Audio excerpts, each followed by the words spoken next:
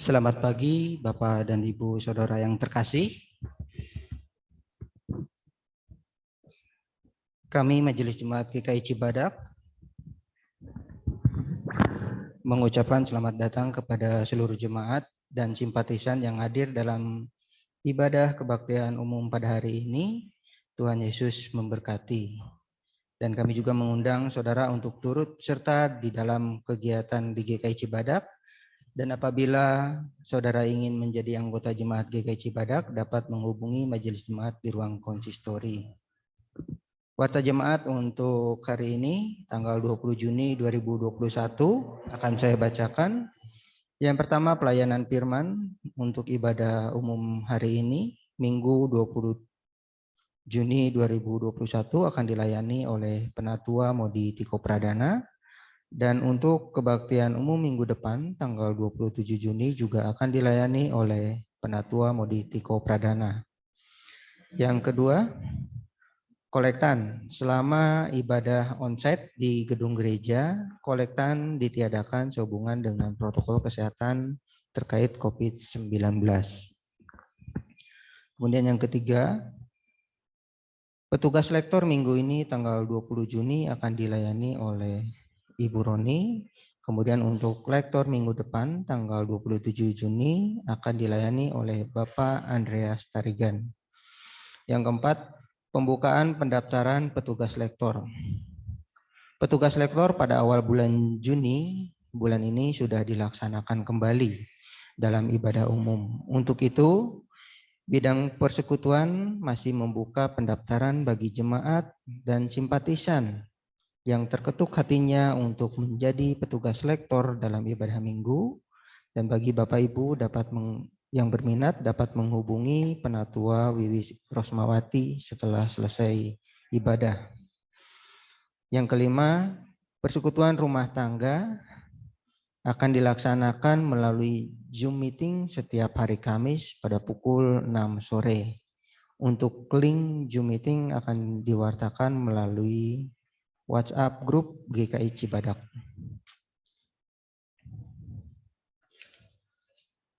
Kemudian yang keenam, renovasi gereja. Berdasarkan keputusan persidangan Majelis Jemaat pada hari Minggu tanggal 13 Juni 2021, Majelis Jemaat memutuskan pengalihan program renovasi lantai gedung ibadah menjadi perbaikan atap gedung gereja lantai 2. Hal ini dikarenakan adanya kebocoran yang cukup parah pada lantai 2 dan mengganggu kegiatan pelayanan. Majelis Jemaat mohon dukungan doa dan partisipasi dari jemaat guna memperbaiki kondisi atap gedung gereja lantai 2 tersebut. Yang ketujuh, pengumpulan foto digital dan data jemaat. Sehubungan dengan tengah dibuatnya kartu anggota jemaat GKI Cibadak, Sekretariat GKI Cibadak meminta kepada seluruh anggota jemaat GKI Cibadak, baik anggota baptis anak maupun dewasa, untuk dapat mengumpulkan foto diri melalui WhatsApp. Untuk data jemaat dapat dilihat di papan pengumuman sebelum pintu masuk gedung gereja.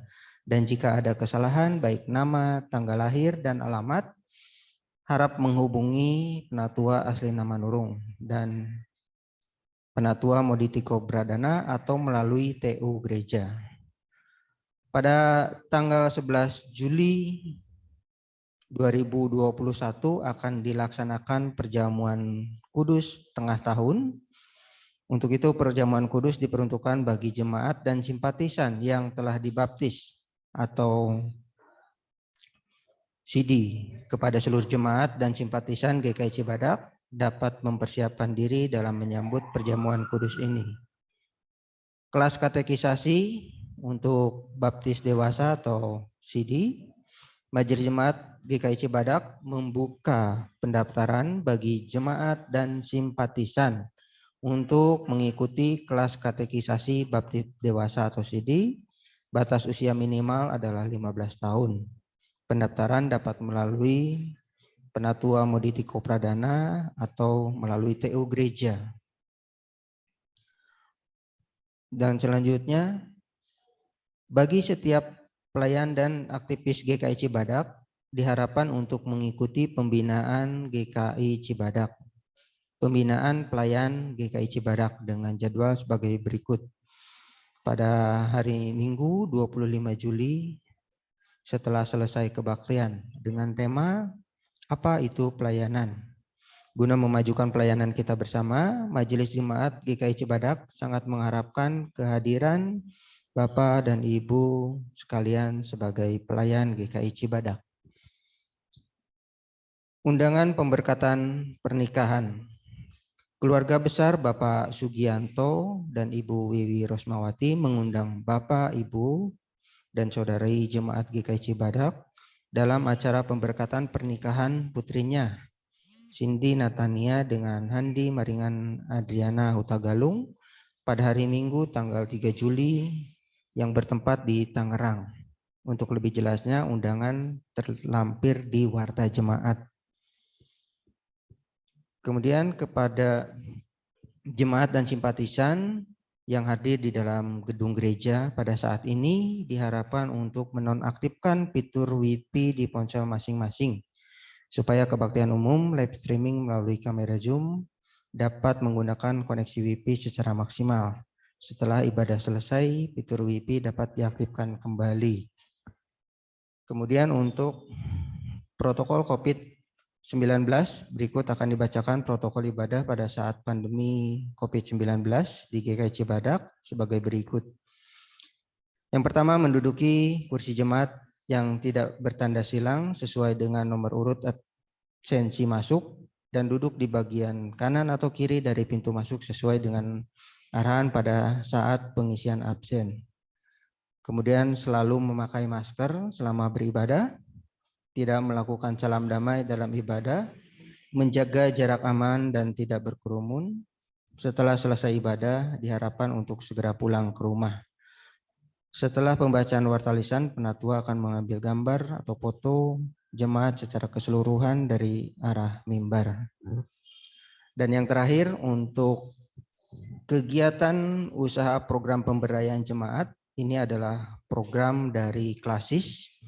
Diharapkan jemaat yang sudah menerima angket yang sudah tersedia di depan, Bapak Ibu dapat mengisinya karena ini adalah program dari Klasis yang diharapkan untuk pemberdayaan jemaat. Untuk lebih jelasnya nanti akan diwartakan sebelum warta persembahan. Demikianlah warta lisan untuk hari ini. Selamat beribadah.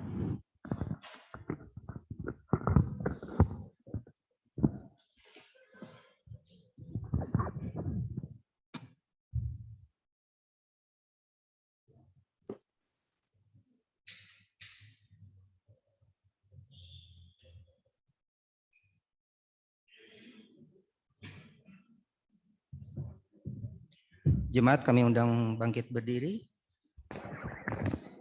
Kita akan menyanyikan nyanyian prosesi kita dari Kidung Jemaat 252 bait 1 dan 2 Batu Penjuru Gereja.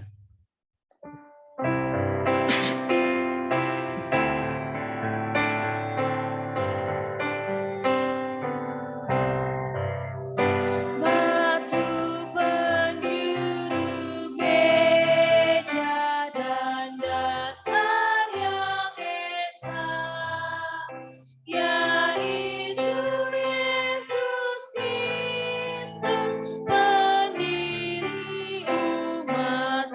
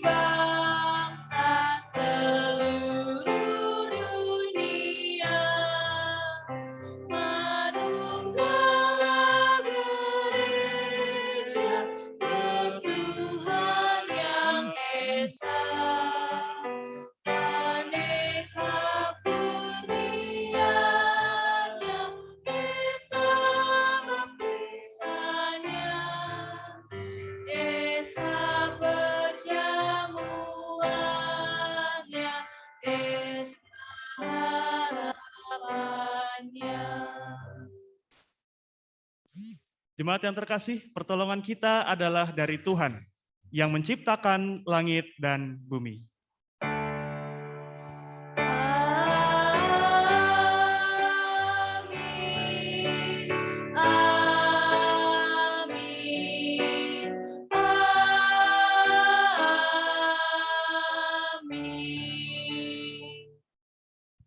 Damai sejahtera dari Allah Bapa dan Tuhan kita Yesus Kristus menyertai saudara sekalian. Silakan duduk.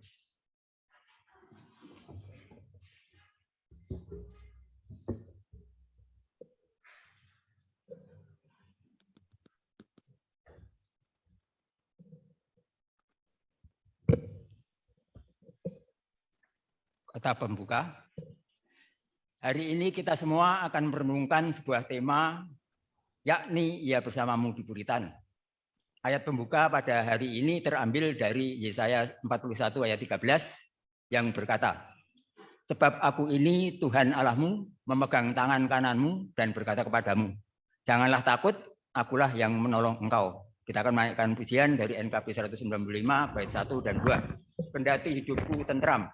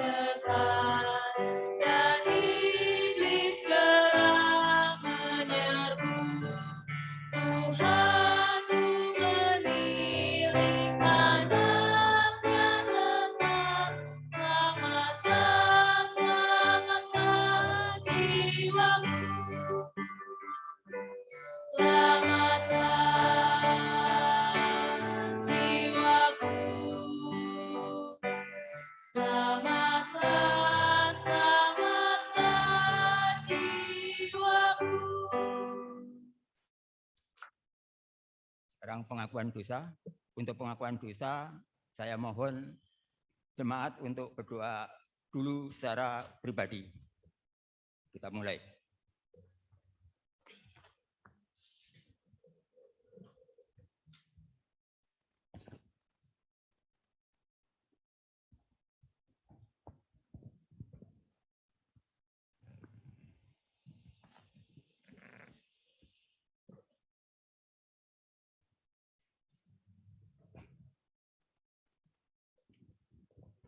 Bapa surgawi Allah yang kekal kudus di dalam Tuhan Yesus Kristus, dengan segala kerendahan hati, perkenankan kami, anak-anak tebusan-Mu, menghampiri hadirat-Mu yang kudus.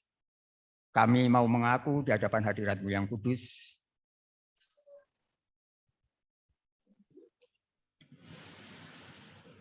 kami mau mengakui hadirat-Mu di dalam hadirat-Mu yang kudus, ya Bapa surgawi.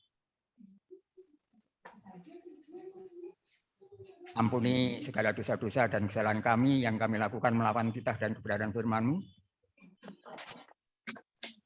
Dan ajarkan kepada setiap kami anak-anak-Mu untuk dapat melakukan segala kebenaran firman-Mu dengan baik dan benar, sehingga kami dapat menghasilkan buah-buah roh kebenaran yang Kau perkenan di dalam Tuhan Yesus Kristus. Terima kasih ya Bapa surgawi dalam Tuhan Yesus Kristus, terpujilah nama-Mu selalu, sempurnakan doa kami. Hanya di dalam nama Tuhan Yesus Kristus, Bapa Gereja Roti dan Air Kehidupan, kami telah berdoa dan mengucap syukur kepada Allah Bapa di dalam surga. Amin. Kita akan menyanyikan KJ 33 ayat 1, 2, dan 6. Suaramu kudengar.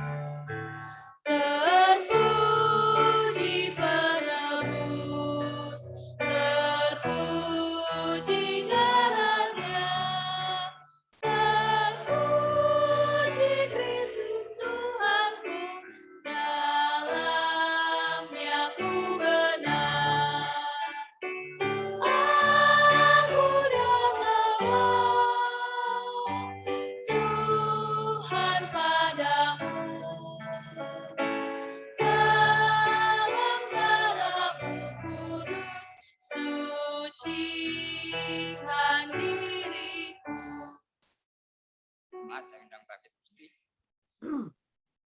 Berita anugerah. Sambutlah anugerah Tuhan dalam firman-Nya yang termaktub dalam Mika 7 ayat 18 sampai 19 yang berkata demikian.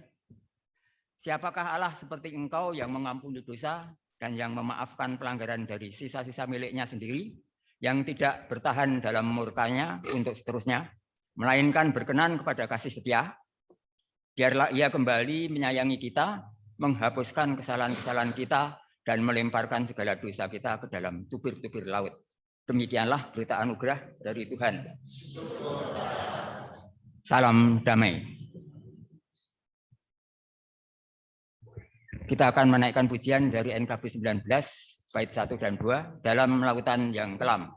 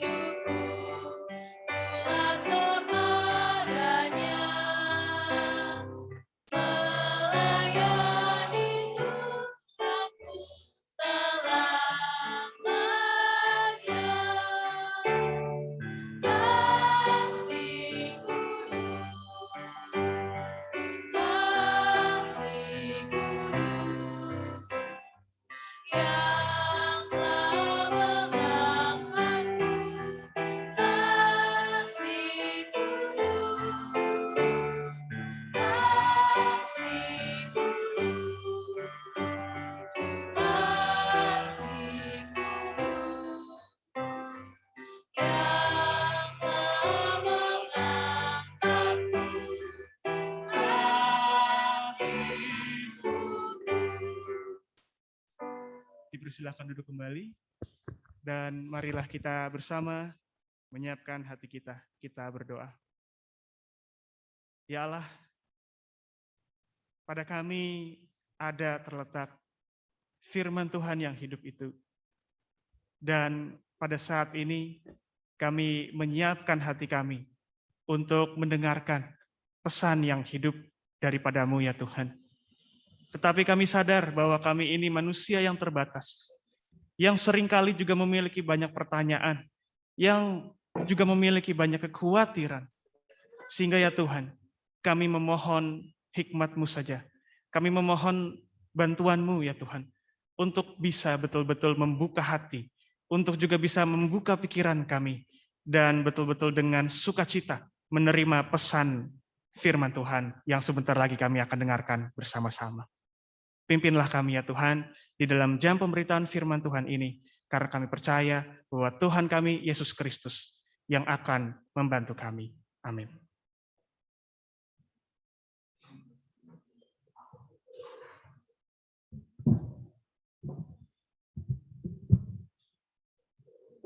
Bacaan pertama kita diambil dari Ayub 38 ayat 1 sampai dengan 11. Maka dari dalam badai Tuhan menjawab Ayub, siapakah dia yang menggelapkan keputusan dan dengan perkataan-perkataan yang tidak berpengetahuan? Bersiaplah engkau sebagai laki-laki. Aku akan menanyai engkau supaya engkau memberitahu aku. Di manakah engkau ketika aku meletakkan dasar bumi? Ceritakanlah kalau engkau mempunyai pengertian. Siapakah yang telah menetapkan ukurannya? Bukankah engkau mengetahuinya, atau siapakah yang telah merentangkan tali pengukur padanya? Atas apakah sendi-sendinya dilantak, dan siapakah yang memasang batu penjurunya? Pada waktu bintang-bintang fajar bersorak-sorak bersama-sama dengan semua anak Allah bersorak-sorai. Siapa telah membendung laut dengan pintu ketika membual ke laut dari dalam rahim? Ketika aku membuat awan menjadi pemakainya dan kekelaman menjadi kain bendungnya, ketika aku menetapkan batasannya dan memasang palang dan pintu. Ketika aku berfirman, sampai di sini boleh engkau datang, jangan lewat. Disinilah gelombang-gelombangmu yang congkak akan dihentikan. Demikian firman Tuhan. Syukur kepada Allah.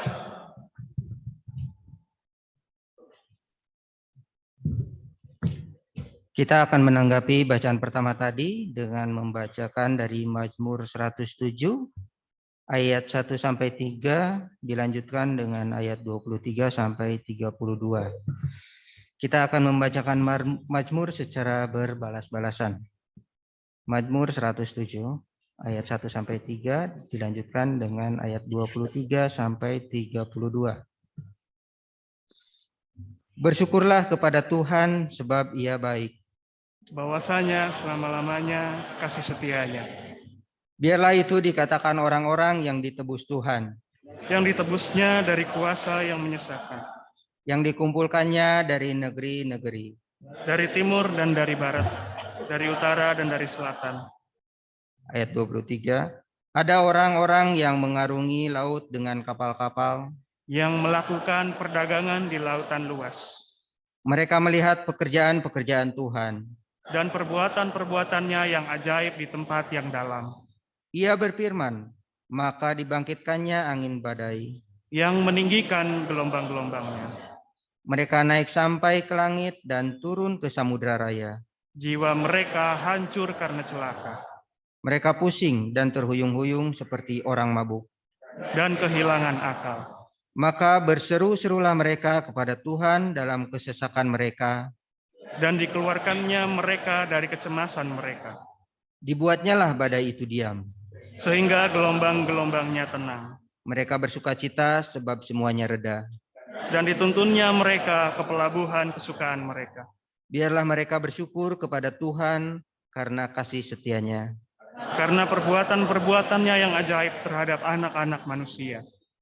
Biarlah mereka meninggikan Dia dalam jemaat umat itu. dan memuji-muji Dia dalam majelis para tua-tua.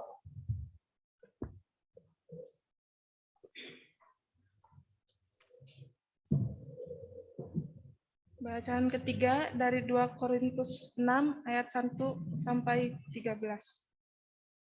Sebagai teman-teman sekerja, kami menasihatkan kamu supaya kamu jangan membuat menjadi sia-sia kasih karunia Allah yang telah kamu terima. Sebab Allah berfirman, pada waktu aku berkenan, aku akan mendengarkan engkau, dan dari aku menyelamatkan. Aku akan menolong engkau. Sesungguhnya waktu itu adalah waktu perkenaan itu. Sesungguhnya hari itu adalah hari penyelamatan itu. Dalam hal apapun, kami tidak memberi sebab orang tersandung, supaya pelayanan kami jangan sampai dicela. Sebaliknya, dalam segala hal kami menunjukkan bahwa kami adalah pelayan Tuhan, yaitu dalam menahan dengan penuh kesabaran dan penderitaan, keseksamaan dan kesukaran, dalam menanggung dera, dalam penjara dan kerusuhan, dalam berjerih payah, dalam berjaga-jaga dan berpuasa, dalam kemurnian hati, pengetahuan, kesabaran dan kemurahan hati, dalam Roh Kudus dan kasih tidak munafik, dalam pemberitaan kebenaran dan kekuasaan Allah, dengan menggunakan senjata-senjata keadilan untuk menyerang ataupun untuk membela, ketika dihormati dan ketika dihina, ketika diumpat atau ketika dipuji, ketika dianggap sebagai penipu namun dipercayai, sebagai orang yang tidak dikenal namun terkenal, sebagai orang yang nyaris mati dan sungguh kami hidup, sebagai orang yang dihajar namun tidak mati, sebagai orang berduka cita namun senantiasa bersuka cita, sebagai orang miskin namun memperkaya banyak orang, sebagai orang tak bermilik sekalipun kami memiliki segala sesuatu. Hai orang Korintus, kami telah berbicara terus terang kepadamu. Hati kami terbuka lebar-lebar bagi kamu, dan bagi kamu ada tempat yang luas dalam hati kami. Tetapi bagi kami hanya tersedia tempat yang sempit di dalam hati kamu. Maka sekarang supaya timbal balik, aku berkata seperti kepada anak-anakku, bukanlah hati kamu selebar-lebarnya. Demikian firman Tuhan. Mari kita bersama-sama memperhatikan pembacaan Injil. Yang akan kita perhatikan bersama dari Markus pasal 4 ayat 35 sampai 41.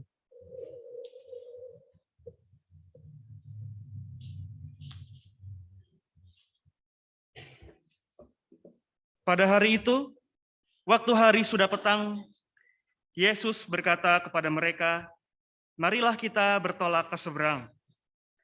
Mereka meninggalkan orang banyak itu lalu bertolak dan membawa Yesus beserta dengan mereka dalam perahu di mana Yesus telah duduk, dan perahu-perahu lain juga menyertai Dia.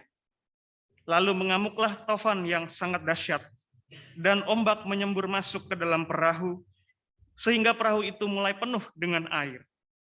Pada waktu itu Yesus sedang tidur di buritan di sebuah tilam. Maka murid-muridnya membangunkan Dia dan berkata kepadanya, "Guru, Engkau tidak peduli kalau kita binasa." Ia pun bangun, lalu menghardik angin itu dan berkata kepada danau itu, "Diam, tenanglah." Lalu angin itu reda dan danau itu menjadi teduh sekali. Lalu ia berkata kepada mereka, "Mengapa kamu begitu takut? Mengapa kamu tidak percaya?" Mereka menjadi sangat takut dan berkata seorang kepada yang lain, "Siapa gerangan orang ini, sehingga angin dan danau pun taat kepadanya?" Demikianlah Injil Yesus Kristus. Yang berbahagia adalah kita yang mendengarkan dan merenungkan firman Tuhan dalam hidup sehari-hari. Haleluya. Haleluya, haleluya,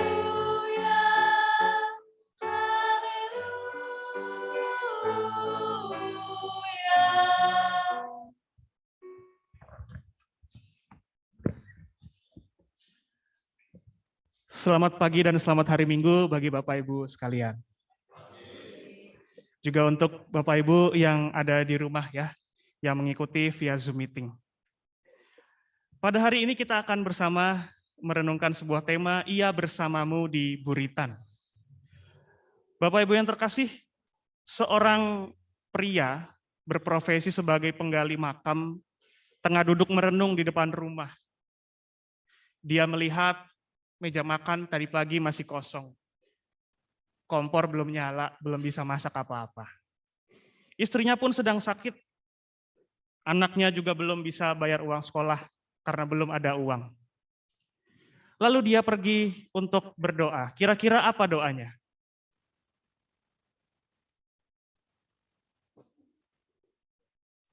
Ya Tuhan, semoga hari ini ada yang ya.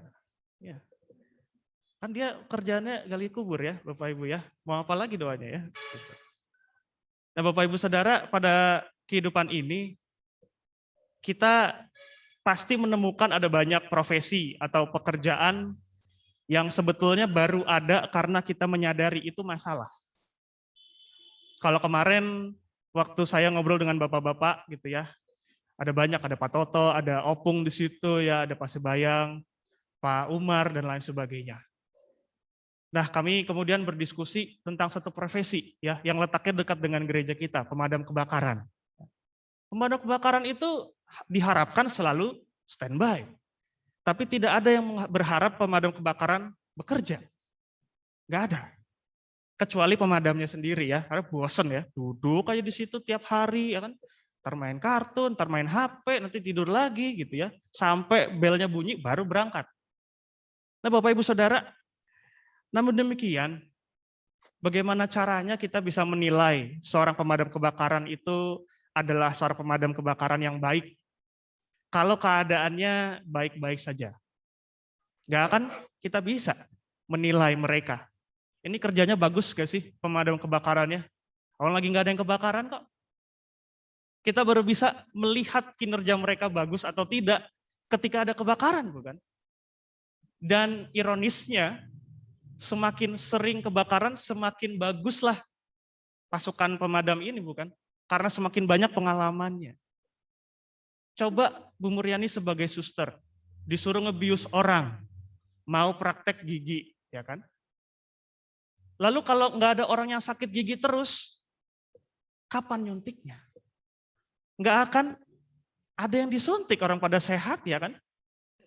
Tetapi ketika banyak orang kemudian sakit, latihan lagi dari situ, dari pengalaman, semakin parah sakitnya, semakin besar juga pengalaman para dokter, para tenaga kesehatan. Dan terkhusus pada saat ini betul-betul sedang diuji ya, kemampuan para tenaga-tenaga medis kita ini. Luar biasa.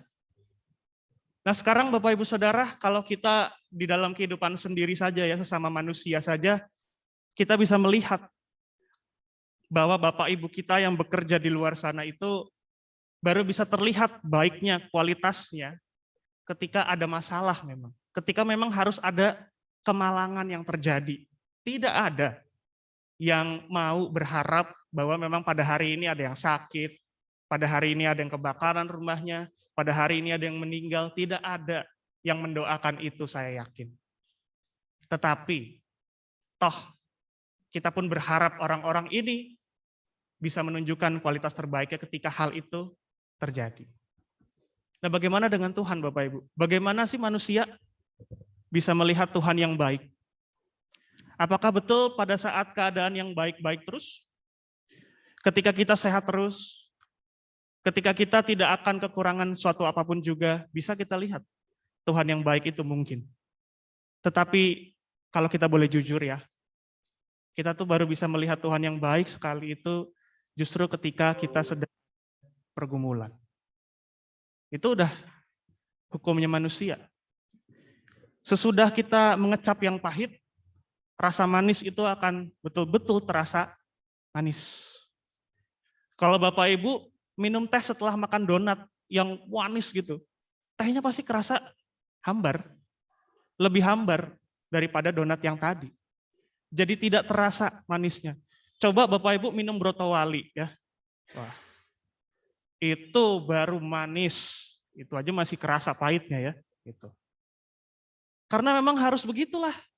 Memang begitulah kehidupan ini. Dan tidak terkecuali juga pengalaman kita bersama dengan Tuhan. Bapak Ibu mungkin pernah mendengar kata-kata orang yang sudah mulai luntur rasa percayanya bukan hanya kepada Tuhan tetapi untuk meyakini Tuhan itu ada saja sudah tidak yakin lagi sekarang. Karena mereka berkata, kalau ada Tuhan, kenapa ada kemalangan? Kalau ada Tuhan, kenapa ada sakit penyakit? Kalau ada Tuhan, kenapa ada peperangan? Dan lain sebagainya. Disinilah sebetulnya kita harus mengkoreksi diri. Perkataan atau pertanyaan ini sebetulnya kurang tepat. Karena pada saat ini melalui Injil kita bisa melihat memang betul Tuhan tidak meniadakan masalah. Tetapi di dalam masalah ada Tuhan. Saya ingat bahwa Nabi Elia pun waktu itu pernah mencari ya Tuhan. Ketika angin sepoi-sepoi, Tuhan datang, gitu ya. Tetapi di lain ketika angin badai, gitu. Dan kita pun juga bisa bertemu Tuhan. Bukan hanya di dalam angin sepoi-sepoi, tetapi juga di dalam badai dan tofan. Seperti para murid. Lihatlah Bapak Ibu cerita Injil pada hari ini. Bahwa ketika Tuhan Yesus dan para murid sedang naik perahu, di tengah-tengah perjalanan kemudian tiba angin tofan yang dahsyat. Di mana Tuhan Yesus? Ada, sama-sama di dalam perahu. Memang kelihatannya sedang tidur. Tetapi lihatlah, Tuhan Yesus tidur di buritan. Buritan ini sebuah langkah simbolis Bapak Ibu ya, simbol. Karena di dalam kapal, bagian buritan itulah terdapat peralatan untuk mengendalikan kapal. Jadi bayangkan Bapak Ibu, kita ini dalam kehidupan ini naik perahu sama-sama dengan Tuhan. Lalu meskipun ada tofan, Tuhan ada di mana? Tuhan ada di buritan itu. Tuhan ada di bagian pengendali kapal ini. Meskipun betul topannya tidak hilang, tetapi ada Tuhan di posisi kendali. Nah, Tuhan Yesus pada saat ini memang tidak sedang mengendalikan kapal memang. Tuhan sedang terlihat tidur. Itulah yang membuat murid-murid panik. Lalu membangunkan sang gurunya. Dengan pertanyaan yang menurut saya betul-betul ya tidak beriman begitu ya. Karena mereka mengatakan, engkau tidak peduli guru kalau kita semua ini bakal binasa. Seolah-olah para murid lupa. Tuhan Yesus kan di situ juga. Tuhan Yesus juga kebasahan. Air sudah masuk ke dalam perahu. Seolah-olah mereka merasa bahwa mereka sendirilah yang menderita di situ. Nah Bapak Ibu Saudara, seorang pendeta bernama Dietrich Bonhoeffer pernah menggumulkan masalah ini ketika dia melayani di Jerman ketika Perang Dunia Kedua. Orang banyak bertanya, di mana Tuhanmu? Ini semua orang lagi disiksa. Mana Tuhan? Katanya Tuhan itu kasih, Tuhan itu sayang. Kok ini orang pada dibunuh begini? Pak Dietrich Bonhoeffer ini menggumulkan terus gitu ya. Dia juga sempat bertanya, Tuhan di mana sih? Kenapa kamu mengizinkan ini semua terjadi? Tetapi kemudian yang menjadi penguat dia adalah ketika dia melihat iman di dalam diri orang-orang yang teraniaya ini justru. Dan disitulah dia baru menyimpulkan, oh Tuhan itu ada di dalam penyiksaan-penyiksaan ini. Di mana? Di samping orang-orang yang disiksa. Tuhan pun ikut disiksa di situ. Tuhan ikut menangis. Tuhan ikut kehilangan ketika ada anak yang kemudian meninggal dan lain sebagainya. Disitulah Tuhan. Dan pada Injil pada hari ini pun kita juga bisa melihat Tuhan pun ada bersama-sama dengan para murid ikut menderita, ikut kesusahan. Tetapi itulah manusia. Celakanya kita selalu merasa kitalah yang menjadi korban satu-satunya di dalam setiap pergumulan yang kita alami. Sama juga tadi Bapak Ibu Saudara dengan Ayub. Perikop yang kita baca itu adalah bagian-bagian di mana Ayub itu juga sudah mulai stres. mulai protes, Tuhan kenapa sih Engkau menjadikan seperti ini? Dan disitulah Tuhan berkata, kamu nggak tahu siapa aku ini. Aku inilah yang menjadikan seluruh alam semesta ini, yang bisa membendung laut, gitu ya katanya ya. Yang bisa menutupi bumi ini dengan awan dan lain sebagainya. Tuhan yang Maha Kuasa, yang juga ikut bersama-sama dengan Ayub sebetulnya. Tetap melihat, oh Ayub sedang kesulitan, tetap bersama-sama menemani meskipun mungkin Ayub tidak menyadari keberadaan Tuhan.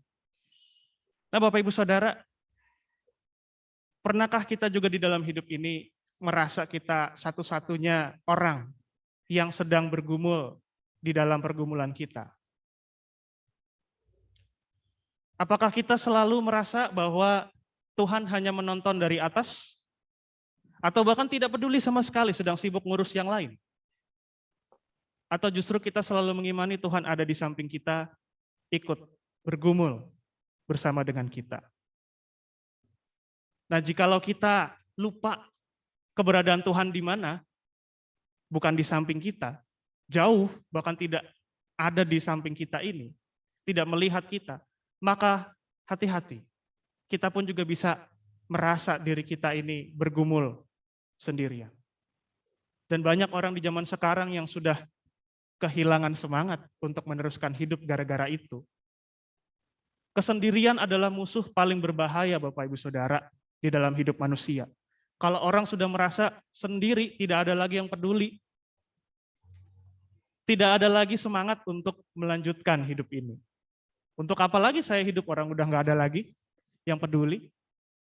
Tidak ada lagi yang saya tuju. Dan disitulah orang mulai kehilangan semangat untuk bertahan.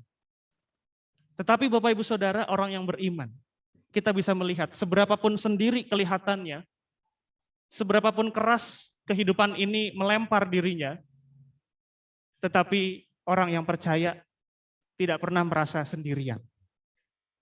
Karena dia selalu merasa ada Tuhan yang selalu beserta. Dan celakalah Bapak Ibu Saudara kalau kita masih mengharapkan ada manusia yang terus mengiring, terus menemani, terus. Siapa Bapak Ibu Saudara manusia di dunia ini yang bisa 100% 24 jam 7 hari bersama dengan kita terus, menemani terus. Suatu kali, sedekat apapun orang yang kita sayangi bahkan, baik itu mungkin orang tua, pasangan, anak, suatu kali pun Tuhan izinkan mereka berpisah dengan kita. Entah itu karena alasan apapun. Lalu apakah jika demikian kemudian kita mengimani bahwa sudah tidak ada lagi harapan? Karena orang yang kukasihi, orang-orang yang aku harapkan bisa menemani aku ini, kemudian sudah tidak ada lagi bersama-sama. Inilah yang perlu kita sama-sama sadari. Bapak Ibu Saudara yang terkasih, kita ini hidup di zaman di mana kita memang harus survive begitu ya, sendiri. Yang muda-muda juga terlihat, saya tahu di sini banyak simpatisan juga yang datang dari jauh bahkan luar Pulau Jawa. Ke sini sendiri. Mengadu nasib. Nanti mungkin sampai berkeluarga seperti mungkin Bapak Ibu yang sudah di sini ya, sudah lama di sini. Lalu kalau kemudian kita merasa sendiri saja, kita bagaimana mau bisa terus begitu ya. Nah Bapak Ibu Saudara yang terkasih, mari kita lihat ketika Tuhan kemudian akhirnya bangun, lalu dia menunjukkan siapa dirinya. Dia menghardik danau itu. Diam, tenanglah katanya. Dan kemudian seketika danau itu menjadi tenang. Ini Bapak Ibu Saudara yang tadi sudah kita diskusikan di awal. Bahwa ketika ada pergumulan, disitulah Tuhan bisa menunjukkan kuasanya. Rasul Paulus, Bapak Ibu Saudara, ditafsirkan itu mengidap penyakit penglihatan, gitu ya. Matanya ini tidak jelas untuk melihat sebetulnya. Makanya kalau dilihat di tulisan aslinya tuh tulisannya gede-gede, gitu ya. Nah, Bapak Ibu Saudara, dia satu kali menulis begini, aku ini sudah meminta 3 kali kepada Tuhan untuk mengambil duri dalam dagingku. Nah, ini ditafsirkan penyakit matanya ini. Tetapi menurut iman Paulus, Tuhan berkata begini, cukuplah kasih karuniaku kepadamu. Karena di dalam kelemahanmu lah kuasaku menjadi nyata. Itu kata Tuhan kepada Paulus. Jadi Bapak Ibu Saudara yang terkasih, pergumulan memang sengaja tidak dihilangkan Tuhan dalam kehidupan kita. Tetapi yang perlu kita nantikan sebetulnya adalah ketika Tuhan membuktikan kuasanya itu, membuktikan kasih karunia-Nya itu di dalam hidup kita masing-masing. Itulah yang perlu kita harapkan. Maka dari itu Bapak Ibu Saudara yang terkasih, mari kita lihat ya, bahwa di dalam ayat 41 Tuhan menjadi gusar. Di ayat 40 maaf, Tuhan mengatakan, mengapa kamu begitu takut? Mengapa kamu tidak percaya? Bapak Ibu Saudara, sebetulnya Tuhan Yesus juga pernah merasa takut di Taman Getsemani. Doanya itu dia naikkan dengan begitu khusyuknya sampai keringatnya itu digambarkan seperti tetesan darah begitu ya. Saking khawatir, saking sedih, saking takutnya menghadapi salib itu. Jadi Tuhan juga pernah merasa takut sebagai manusia, Bapak Ibu. Jadi kalau kita mau mengatakan orang percaya nggak boleh takut, orang percaya nggak boleh bimbang, itu manusiawi. Tetapi yang Tuhan pertanyakan adalah kenapa para murid takut seperti orang yang tidak percaya, orang yang tidak punya Tuhan, orang yang tidak mengenal siapa juru selamat itu. Itulah yang ditegur oleh Tuhan Yesus. Karena kita ingat bahwa Tuhan Yesus pun di dalam ketakutannya, dia masih beriman. Tuhan, kehendak-Mu lah yang terjadi. Beda dengan para murid. Sudah takut lalu menyalah-nyalahkan Tuhan. Tuhan nggak peduli nih kalau kita celaka. Beda sekali. Maka dari itu Bapak Ibu Saudara, kita pada saat ini bisa merasa takut? Bisa. Rasa khawatir kita ini pelan-pelan sedang naik Bapak Ibu. Kita melihat berita di TV ya. Kalau kita lihat peta Indonesia itu sekarang bukan hijau, merah. Masih untung kuning ya. Oranye, merah sekarang. Jadi Bapak Ibu Saudara, semakin banyak kekhawatiran yang sekarang ini sedang melanda kita. Bagaimana dengan keselamatan saya kalau saya bekerja? Bagaimana dengan orang-orang di dalam rumah, keluarga, ketika saya pulang, apakah nanti mereka juga bisa tertular? Bagaimana dengan lingkungan sekitar saya? Dan lain sebagainya. Kita bisa merasa takut Bapak Ibu. Tetapi marilah kita sandarkan ketakutan itu dengan iman kepada Tuhan. Supaya ketakutan kita ini bisa diambil oleh Tuhan. Supaya kekhawatiran kita ini bisa dijawab oleh Tuhan. Maka dari itu langkah kita pun, mari kita juga buat langkah yang berbeda. Langkah yang memang diambil oleh orang-orang beriman. Mari kita pada saat ini lebih menjaga diri. Tadi saya mendengarkan Pak Polisi yang datang tadi mengumumkan, ke depan ibadah kita harus dikurangi jumlahnya. Menjadi 50% saja dari total kehadiran atau kapasitas. Jadi sekitar 50 kursi saja yang boleh nanti. Apakah nyaman? Enggak. Kita pun juga enggak enak gitu ya. Melayani makin sepi, orangnya makin jauh-jauhan begitu ya. Tapi ya inilah situasinya. Bukan berarti kita perlu menghadapi ini dengan keputusasaan. Kita perlu menghadapi ini semua dengan iman. Maka dari itu Bapak Ibu Saudara yang terkasih, saya juga tetap menghimbau bagi Bapak Ibu yang mungkin sudah berusia lebih daripada 60 tahun, yang mungkin juga pada saat ini merasa kurang fit begitu ya. Kalau fit oke lah gitu ya. Terkhusus juga yang masih punya anak-anak kecil, mohon jangan dibawa dulu. Dan mungkin nanti pada saat berikutnya ini kita akan mengadakan pendaftaran untuk bisa menghadiri ibadah minggu onsite. Semua ini ditujukan bukan hanya masalah pengen aja gitu ya. Kalau pengen mah enggak ada yang pengen ya. Tapi demi keselamatan, kesehatan kita semua, ayolah kita sama-sama bertindak dengan iman. Bahwa Tuhan juga masih menjaga, tapi Tuhan pengen kita juga punya andil. Dan di dalam kehidupan kita masing-masing bekerja, beraktivitas, mari kita juga sama-sama beriman, tetapi juga dengan kewaspadaan. Ya. Jangan terus, aku beriman, gitu ya. Wah, terus salaman, pelukan, wah, bro gitu kan. Wah, itu beriman sih, tapi kan ya tidak waspada, gitu ya. Maka marilah kita juga sama-sama waspada. Jikalau kita, Bapak Ibu Saudara, tidak waspada, masakan kita mau menyalahkan Tuhan kalau sampai terjadi sesuatu? Maka dari itu, marilah kita juga sama-sama waspada. Mungkin juga pada saat ini, Bapak Ibu Saudara, kita juga sedang menemui banyaknya pergumulan hidup, baik itu pekerjaan, sekolah, ya. Saya tahu sekolah sekarang juga masih kalau ditanya itu, kapan masuk? Kapan ya? Nggak tahu, gitu ya. Tanya gurunya juga sama, nggak tahu gitu ya. Hanya Bapak yang tahu lah ya, kira-kira. Nah, Bapak Ibu Saudara, di dalam ketidakpastian hidup yang sekarang sedang melanda, mungkin kita juga sedang merasa takut, sedang merasa khawatir. Maka dari itu, pada hari ini mari kita cek masing-masing. Sedang apa sih? Sedang khawatir nggak sih?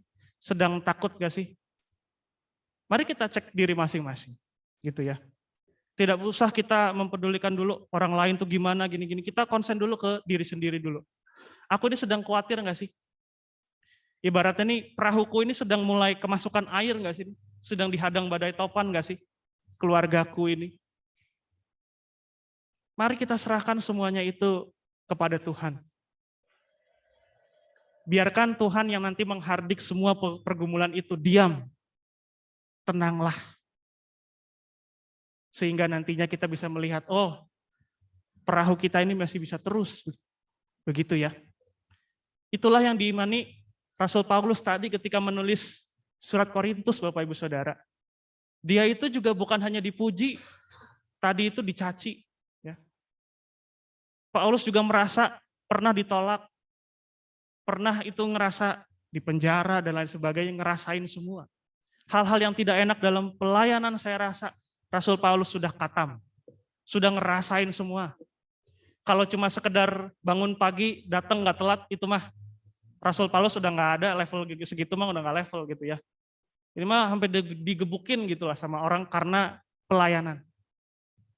Tapi lihatlah Rasul Paulus juga bilang, aku ini tetap sabar, tetap berpengharapan, tetap bersuka cita. Karena itu tadi, bahwa dia tahu ada Tuhan yang bersama-sama dengan kita di buritan.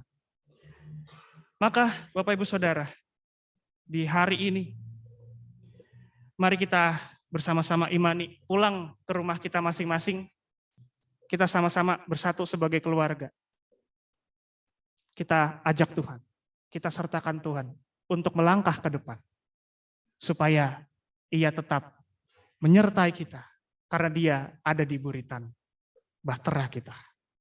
Amin.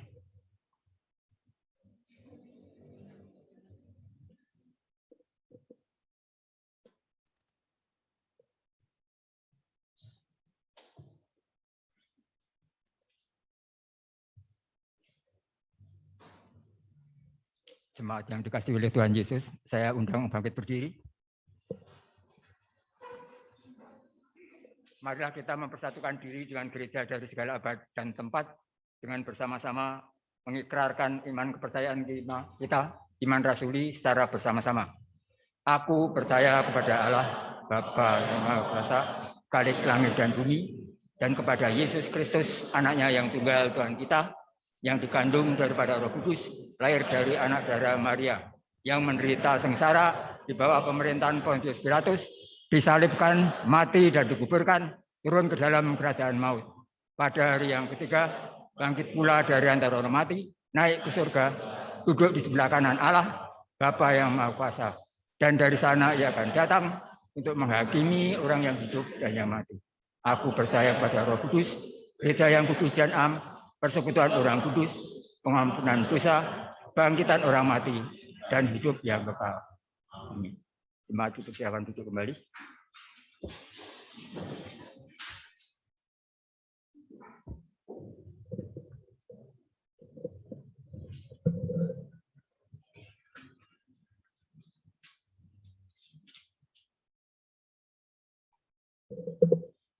Baiklah, saya akan membacakan Sensura Morum.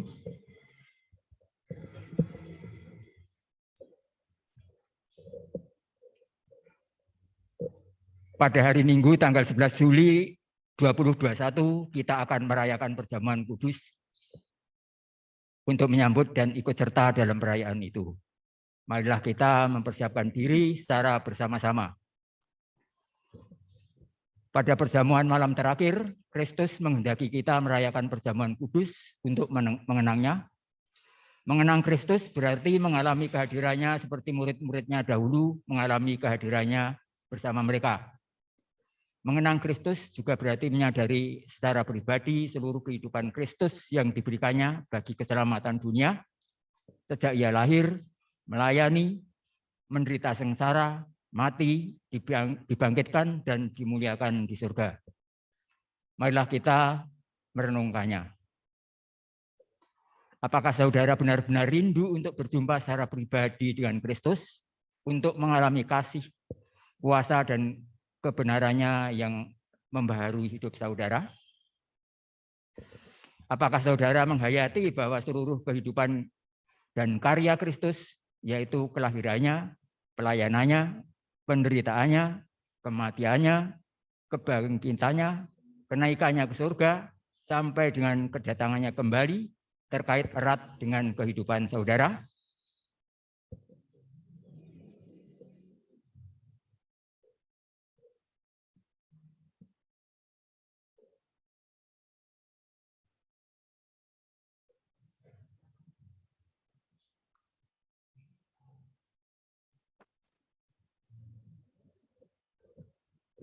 Pada perjamuan malam terakhir, ketika Kristus memecah roti dan mengangkat cawan, ia membagikan tubuh dan darahnya sendiri pada murid-muridnya.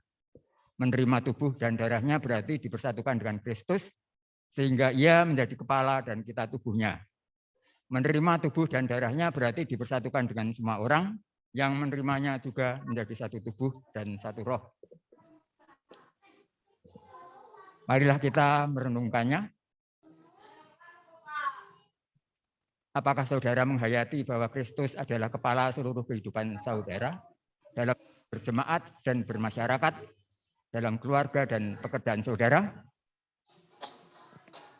Apakah saudara menghayati bahwa saudara adalah anggota tubuh Kristus yang saling mengasihi seorang terhadap yang lain?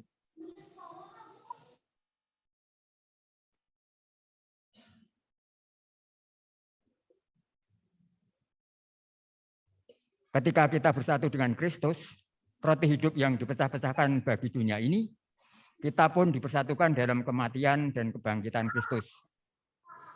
Dipersatukan dengan Kristus berarti diutus untuk mengosongkan dan menyangkal diri, memikul salib, dan mengikuti Kristus. Dipersatukan dengan Kristus berarti diutus untuk memberi hidup kita demi keselamatan dunia. Marilah kita merenungkannya.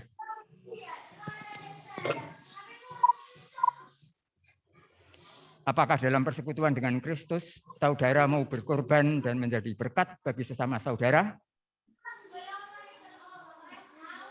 Apakah saudara menyadari bahwa sebagai anggota tubuh Kristus di tengah dunia, saudara menjadi mata dan telinga bagi Kristus yang melihat dan mendengarkan serta peduli terhadap kebutuhan dan masalah sesama saudara? Sudahkah saudara menjadi mulut bagi Kristus yang menyuarakan kebenaran dan keadilan dalam lingkungan saudara? Sudahkah saudara menjadi tangan bagi Kristus yang berkarya memperjuangkan damai sejahtera di muka bumi?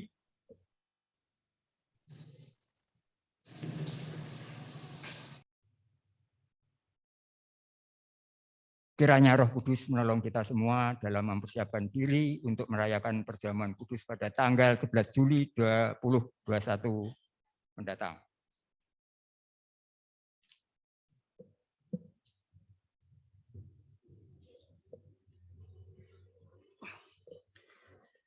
Bapak Ibu yang terkasih, sekarang adalah saatnya bagi kita memohonkan doa-doa syafaat kita. Mari kita berdoa.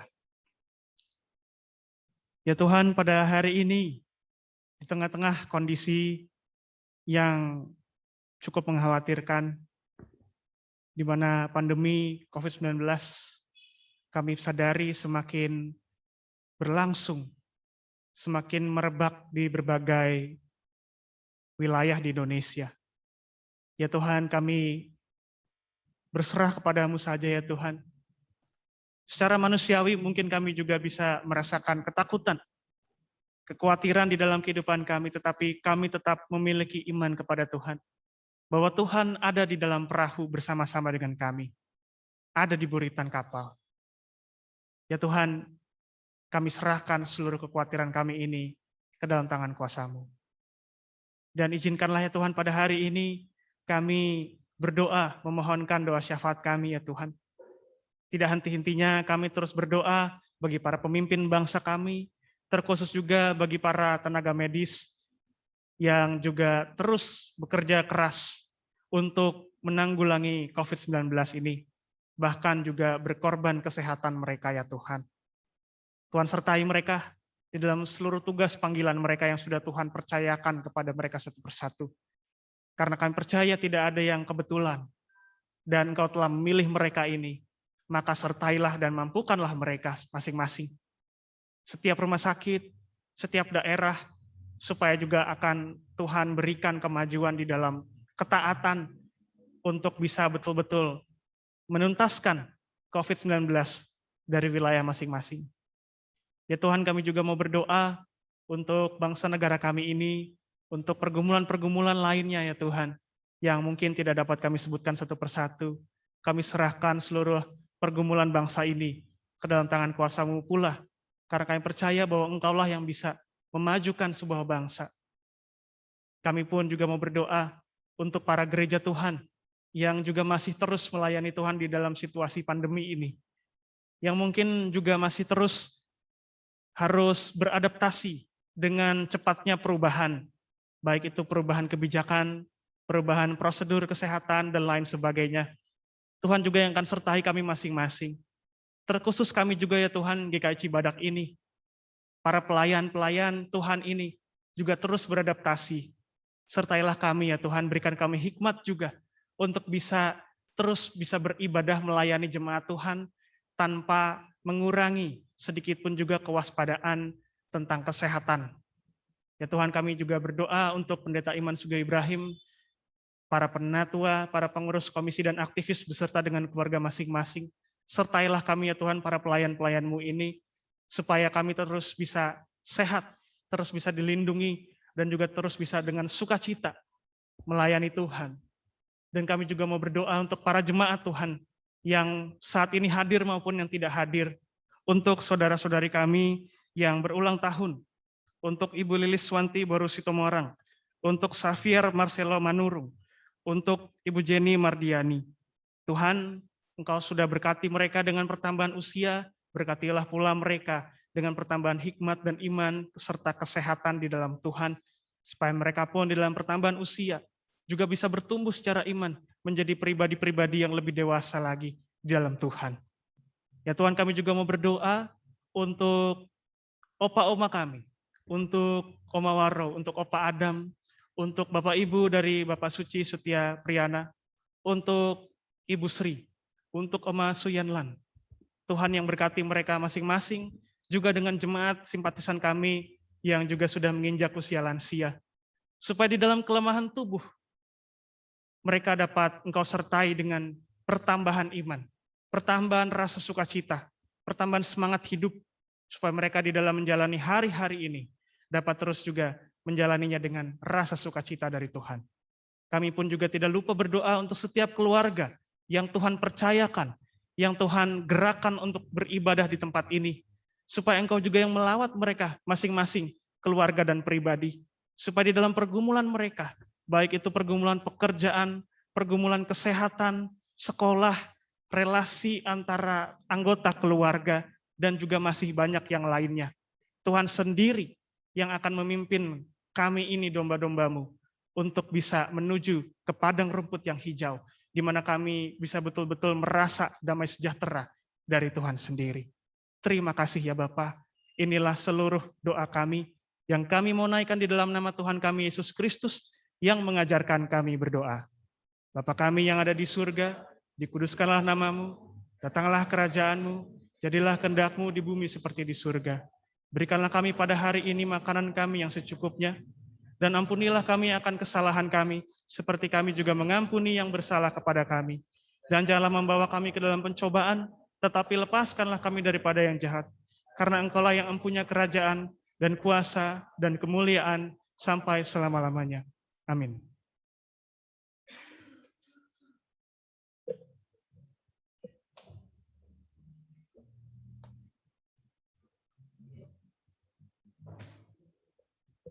Jemaat yang terkasih, kini saatnya kita akan melakukan persembahan, tetapi sebelumnya saya akan membacakan sedikit warta mengenai program dari GKI Klasis Jakarta Selatan. GKI Klasis Jakarta Selatan tengah merencanakan sebuah program pemberdayaan jemaat yang akan dikoordinasikan oleh Pokja Pemberdayaan Jemaat GKI Cibadak. Program ini akan membuka sebuah pembinaan usaha mandiri bagi jemaat dan keluarganya yang berminat. Maka dari itu, Pokja Pemberdayaan Jemaat meminta masukan dari Bapak, Ibu, dan Saudara terkait pembinaan usaha ekonomi yang tepat untuk diadakan di GKI Cibadak. Karena ini akan melibatkan Bapak, Ibu. Jadi dari GKI Klasis Jakarta Selatan nanti akan menyiapkan trainer dan praktisi maupun dari Pokja Pemberdayaan nanti akan mempersiapkan untuk melakukan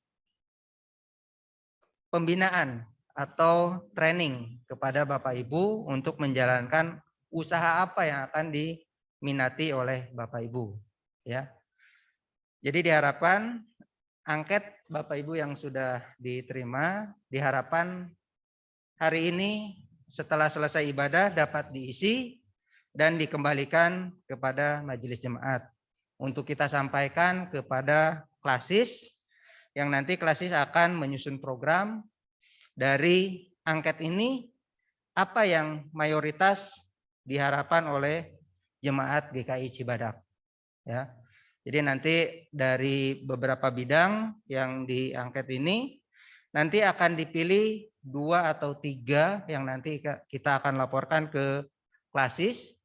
Kemudian nanti klasis bersama-sama dengan Pokja akan memutuskan bidang apa nanti yang akan kita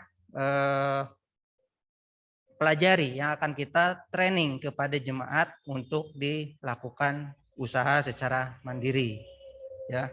Kita harapkan angket ini setelah selesai kebaktian bisa dikumpulkan kembali karena dalam waktu dekat kita akan menyampaikan ini ke klasis. Baik, itu informasi untuk warta pemberdayaan jemaat.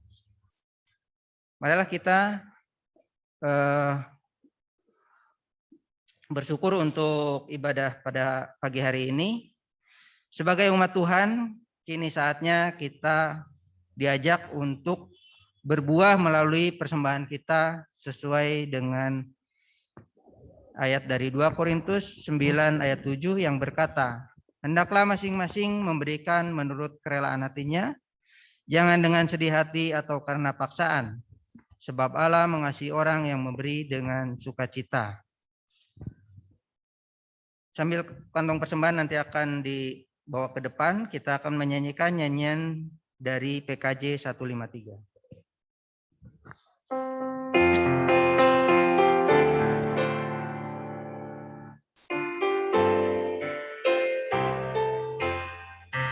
Pakailah seluruh hidupmu dalam ladang dunia, tiap harta dan talentamu pergunakan baginya.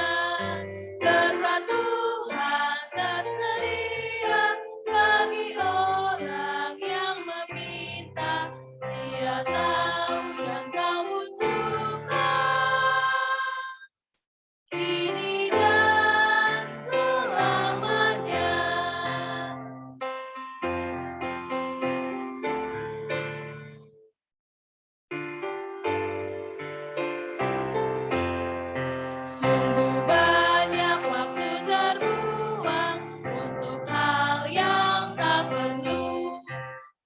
Tuhan banyak beri peluang menyalurkan kasih-Mu. Berkat Tuhan tersedia bagi orang yang meminta. Dia tahu yang kau butuhkan. Kini dan selamanya. Mari kita bawa persembahan kita di dalam doa. Ya Tuhan Allah, Yesus Kristus, Juru Selamat kami yang hidup, kami bersyukur senantiasa oleh karena penyertaan Tuhan di dalam setiap kehidupan kami. Seberapapun sulit pergumulan yang kami hadapi, Engkau tidak meninggalkan kami. Bahkan melalui pergumulan kami, Engkau memberikan kami banyak bertambahan berkat dan kemampuan. Kami bersyukur untuk semuanya itu ya Tuhan, karena Engkau begitu baik. Maka kiranya Tuhan berkenan memberkati persembahan yang kami aturkan pada saat ini.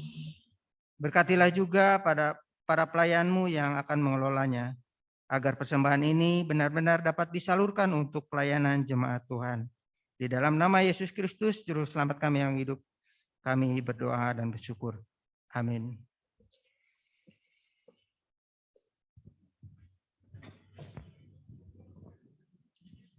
Marilah Bapak Ibu yang terkasih, kita bersama-sama pujikan. Pujian pengutusan kita dari PKJ 185, Tuhan mengutus kita.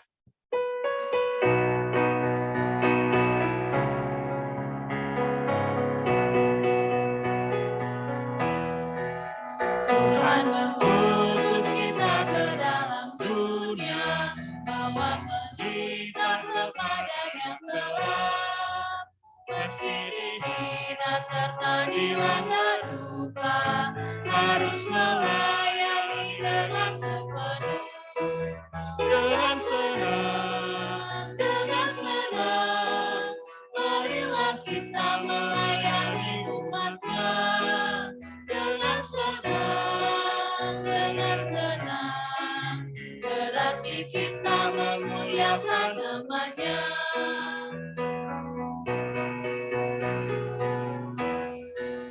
Tuhan mengutus kita ke dalam dunia, bagi yang sakit dan tubuhnya lemah. Meski dihina serta dilanda duka, harus melayani dengan sepenuh. Dengan senang, marilah kita melayani umat-Nya. Dengan senang, berarti kita memuliakan nama-Nya. Jemaat yang terkasih, arahkanlah hatimu kepada Tuhan. Jadilah saksi Kristus. Terpujilah Tuhan. Marilah kita bersama-sama kembali dalam kehidupan kita dengan menerima berkat yang dari Tuhan. Tuhan memberkati kita dan melindungi kita. Tuhan menyinari kita dengan wajah-Nya dan memberi kita kasih karunia. Tuhan menghadapkan wajah-Nya kepada kita dan memberikan kita damai sejahtera. Haleluya. Haleluya, haleluya,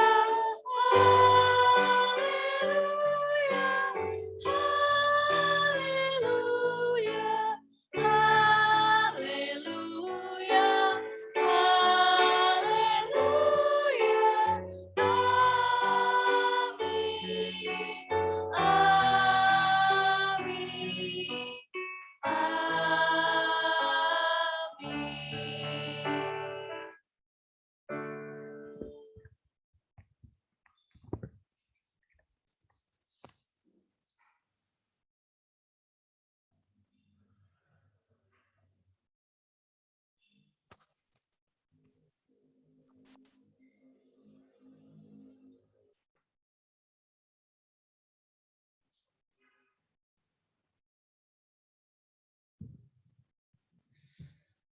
Bapak dan Ibu Saudara terkasih, terima kasih ibadah kita sudah selesai. Selamat hari Minggu, Tuhan Yesus memberkati kita semua.